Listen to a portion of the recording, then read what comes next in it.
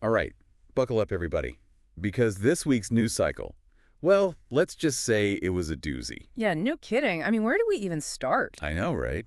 It's like Trump's back in the White House, Bitcoin's top 10 globally. It's a lot. It really is, yeah. A lot to process. So get ready for a deep dive, everyone, because we're going to try to make sense of it all right here, right now. Absolutely. Let's unpack this, shall we? Okay, so first up, probably the most shocking news of the week, maybe even the year, is that Donald Trump is back in the White House.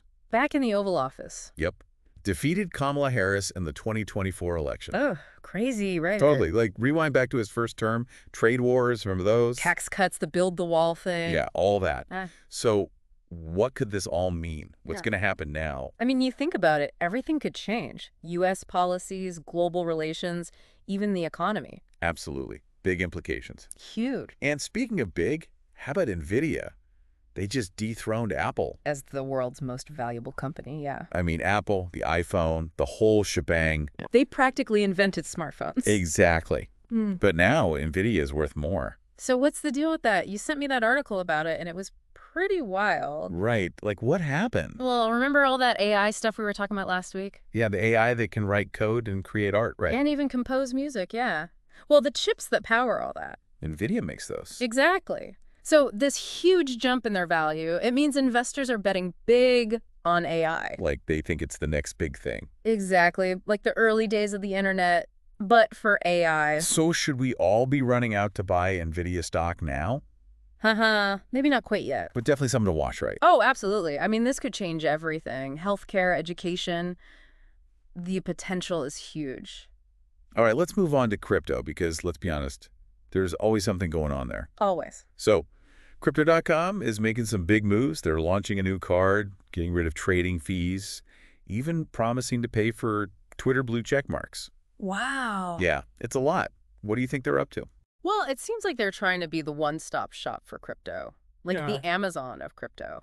And it's interesting timing, too, because there's all this talk about Tether, which is a stable coin. Right. A cryptocurrency that's supposed to be, well, stable, pegged to the U.S. dollar. Less volatile than Bitcoin, right? Exactly. And there's a lot of debate around stablecoins, their role in the crypto world. But they are gaining popularity. Definitely. But then you have Revolut, which had that massive app outage. Oh, yeah. Customers were locked out of their accounts. Total nightmare.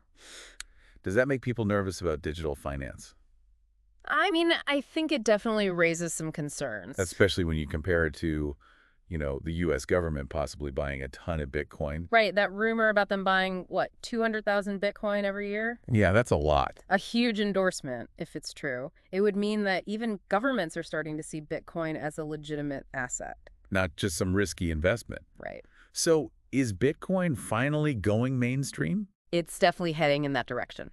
And speaking of big economies, we can't forget about China. They announced a $1.4 trillion debt bailout, right? Yeah. And some new stimulus measures to try to boost their economy. They're facing some serious challenges. It's a big deal, and it could affect everyone globally. Absolutely. It's all connected. And on a totally different note, remember Caroline Ellison? From the FTX case? Yeah, she just reported to prison to start her sentence. That whole FTX collapse was crazy. Billions of dollars just gone. Yeah. But her going to prison, it shows that there are consequences, even in the crypto world. Right. Accountability is important, especially if we want people to trust this industry. Okay, ready for this? Bitcoin is now one of the top 10 assets globally. Top 10? Yeah, up there with gold, the U.S. dollar. It's huge. Absolutely massive. I mean, you combine that with the U.S. government's rumored Bitcoin buying. It paints a pretty clear picture. That Bitcoin's not just a niche thing anymore. It's here to stay. It seems like it, yeah. Wow, so much happened this week. Politics, tech, crypto. And a whole lot of economic uncertainty. It's a wild world out there, folks. It really is.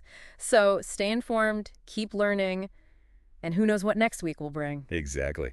See y'all next time for another deep dive. See you then. Bye, everyone. Bye.